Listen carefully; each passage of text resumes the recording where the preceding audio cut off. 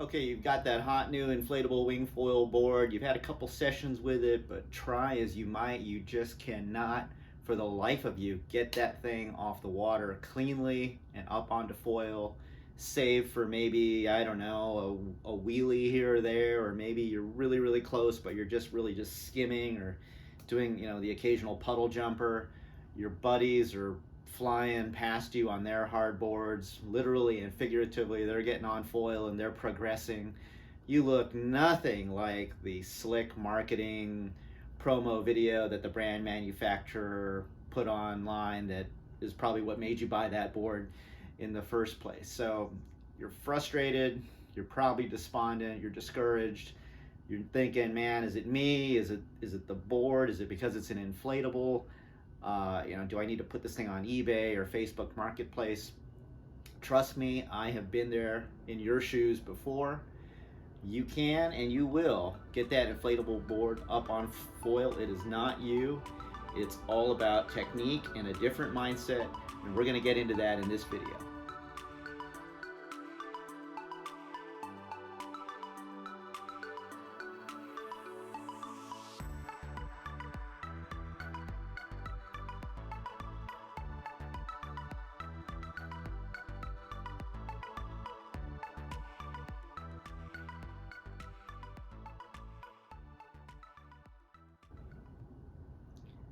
Hi guys, it's Ben with AWKWA, Arizona Windsurfing, Kiteboarding, and Wingfoiling Association. If you happen to be on Facebook, regardless of where you are on the planet, if you share a love of all things wind sports plus water, we invite you to go ahead and add yourself and join our community.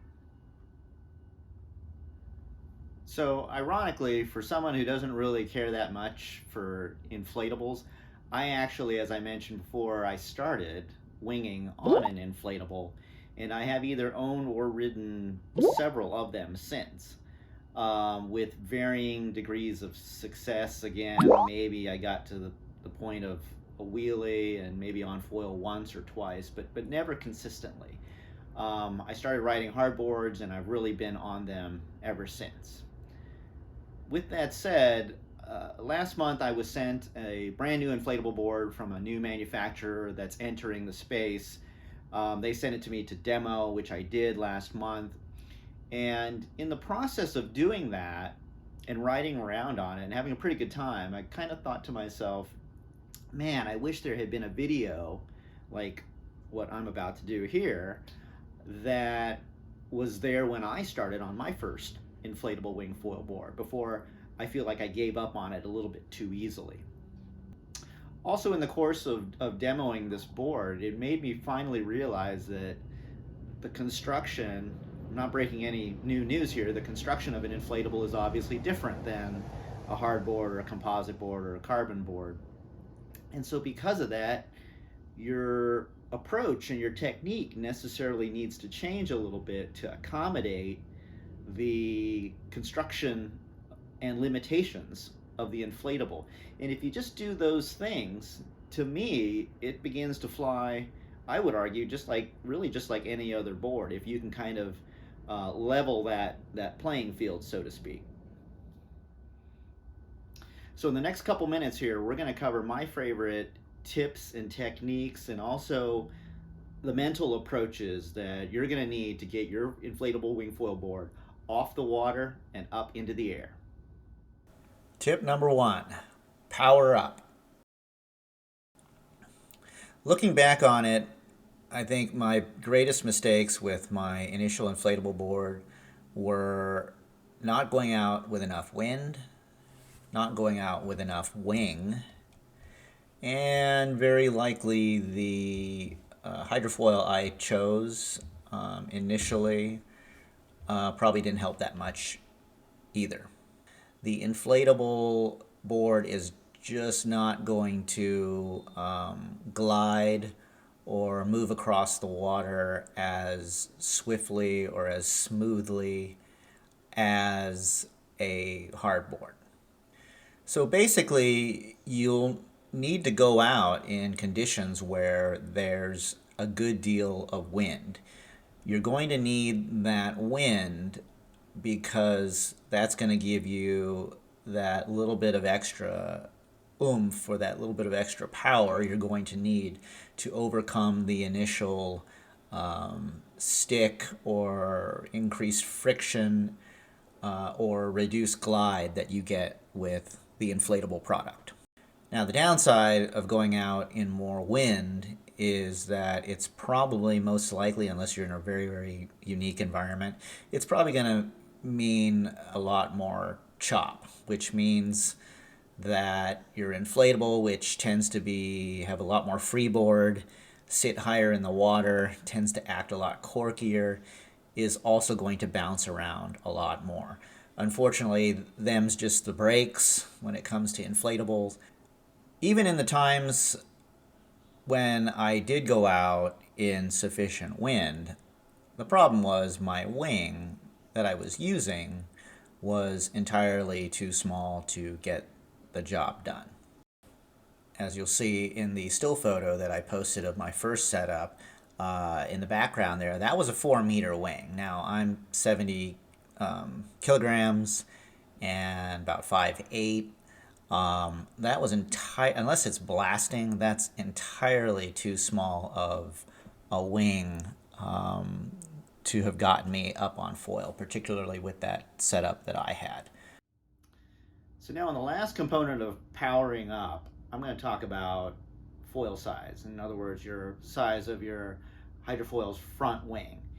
In my opinion, that's not nearly as important an element as the first two, which again is going out in enough wind and having a large enough wing and having a big enough engine to be able to overcome the slight stick and increased drag you get from an inflatable. Now, the reason why I hesitate to include that along with must-haves, the first two elements, is, as you'll see in the clip that I have been showing you of me. In this case, on this board, I was riding on a Slingshot Hoverglide Infinity 99 front wing, which I'm sure many of you are familiar with. The 99 comes in at about 2,300 square centimeters in terms of surface area. Again, I'm 70 kilograms. That wing should have been, more than enough and then some to get me out of the water really, really quickly. And I believe I actually even had that thing slammed full forward on the tracks too. Looking back on it now, I had the sneaking suspicion that um, it had a little bit it generated more drag than I really, really needed, and that certainly did not help when it comes to riding an inflatable. So the point of all that is a front wing is sizing of the front wing is important up to an extent.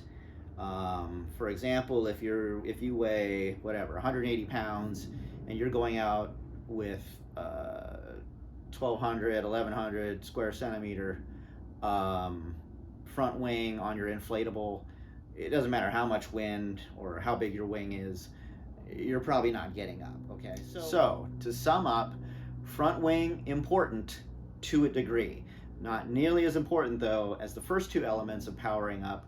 Again, go out in enough wind, go out in the right conditions, and also be sure that you have a properly sized wing, and even a little bit of an oversized wing to fully take advantage, to be able to get you up easily on foil without necessarily having to pump or doing any other more advanced techniques.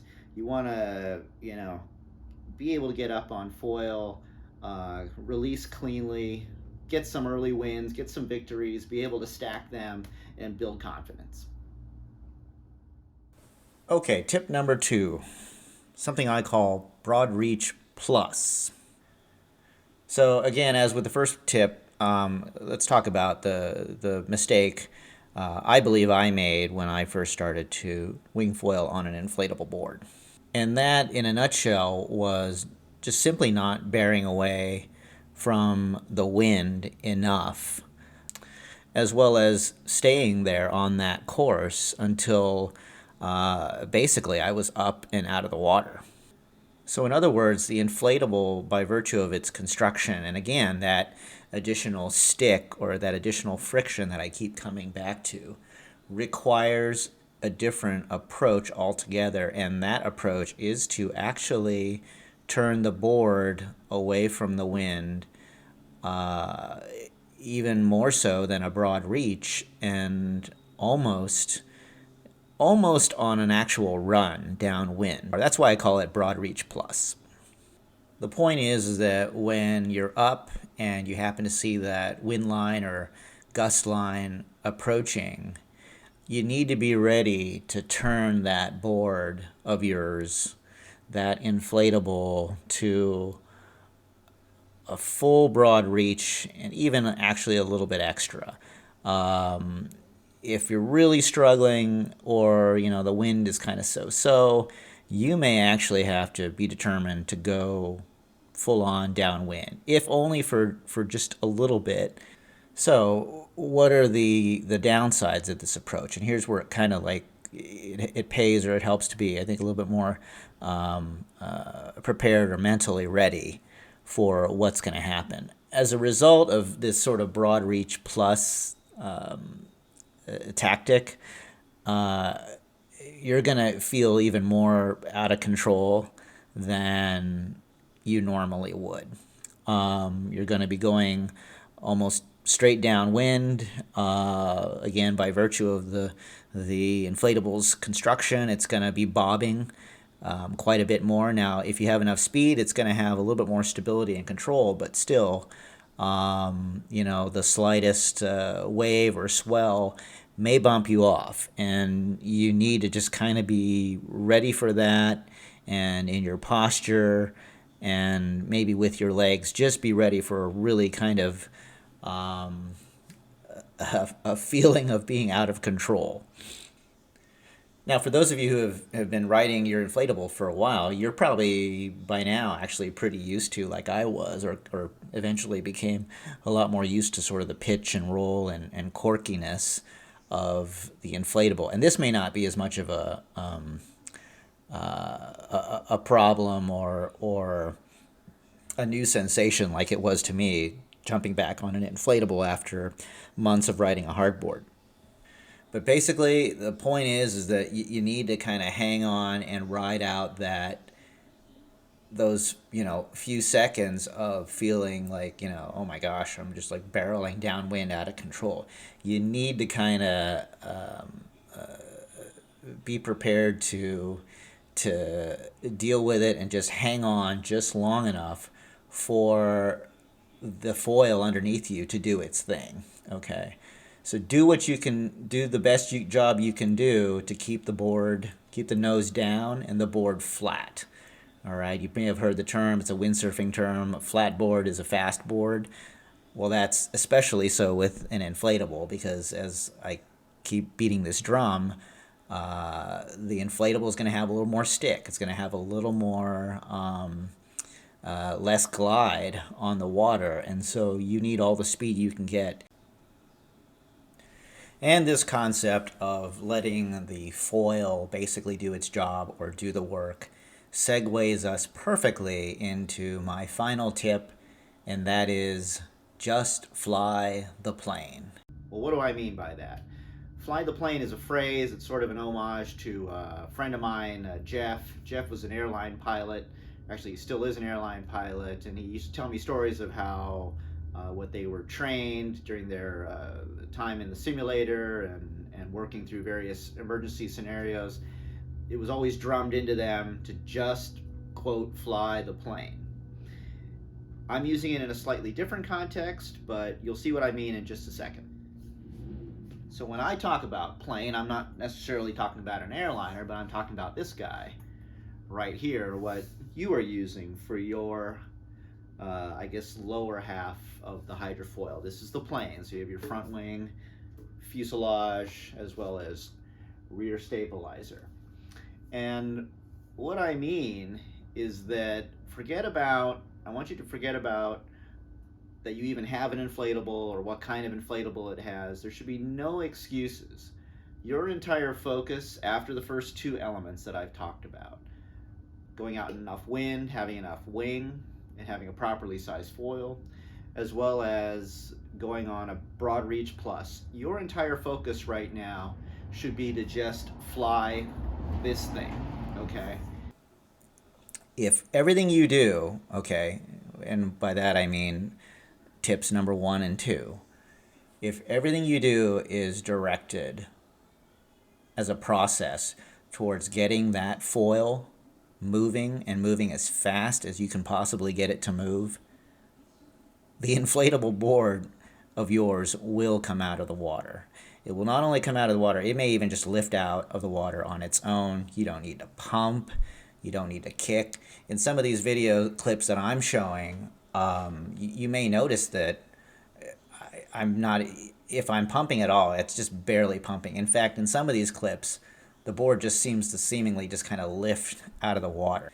And if you can kind of ignore what it is that you're riding on, it really doesn't matter if you can get that plane flying, going fast enough for it to just do its job and just lift you out of the water. You will be amazed. I mean, as hopefully you can see from these videos of me demoing the one particular inflatable I did a couple weeks ago, that is a very basic inflatable Wingfoil board. It is not, you know, a top of the line name brand, one of these, you know, big manufacturers.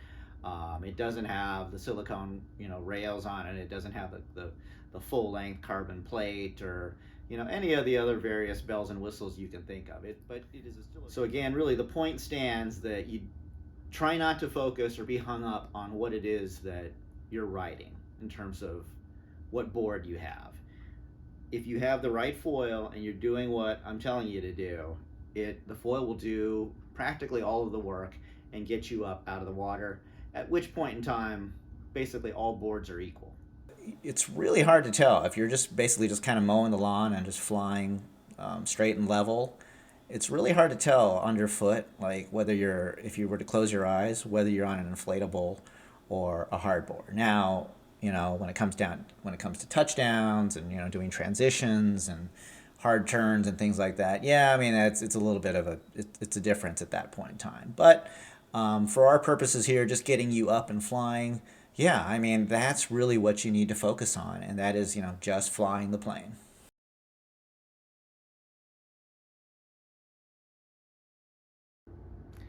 All right, folks, that's my video on how to get an inflatable Wingfoil board up off the water and up into the air. I hope you found it useful. If you did, we sure would appreciate it if you would hit the like button as well as subscribe to this channel. It sure does help me out and helps me bring more content such as this to you. Also, again, if you happen to be on Facebook, no matter where you are, if you share a love of all things wind and water, definitely feel free to send us an ad and join our community. Until then, this is Ben with AWKWA, as always wishing you good winds and happy sailing.